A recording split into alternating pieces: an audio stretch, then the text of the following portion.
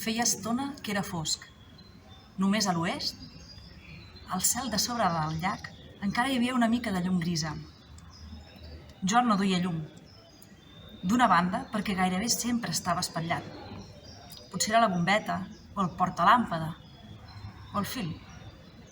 D'altra banda, perquè si connectava el dinamo, la rotació lliure de la roda es frenava considerablement i el trajecte fins a Orncí s'allargava una mica més d'1 minut. A més, no necessitava llum.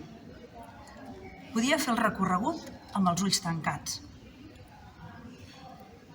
Fins i tot en la nit més negra, l'asfalt de la carretera era una mica més fosc que les tanques dels jardins i els arbustos de l'altra banda.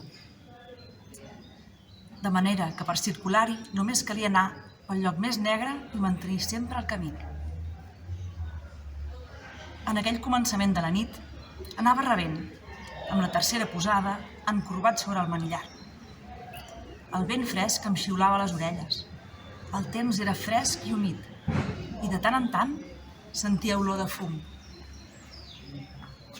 Gairebé a la meitat del camí, la carretera s'allunyava una mica del llac, fent un revolt suau per una antiga pedrera, darrere la qual començava a enfilar-se el bosc. Em va saltar la cadena. Per desgràcia, era un defecte freqüent del canvi de marxes, que per la resta funcionava perfectament. Era conseqüència d'una molla gastada, que no tibava prou la cadena. Havia passat tardes senceres intentant adobar-ho, i no me n'havia sortit mai.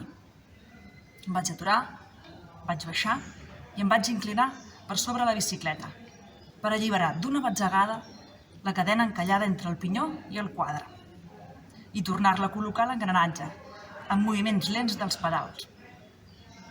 Aquesta operació m'era tan familiar que la podia fer a les fosques sense dificultats. El més desagradable era que em quedaven els dits fastigosament bruts. Per això, després d'haver instal·lat la cadena, vaig anar cap a l'altra banda, la del llac, per netejar-me les mans amb les fulles grosses i seques d'un auró. En abaixar la branca, em va quedar lliure la vista sobre el llac. Era com un mirall clar. A un costat del mirall hi havia el senyor Sommer.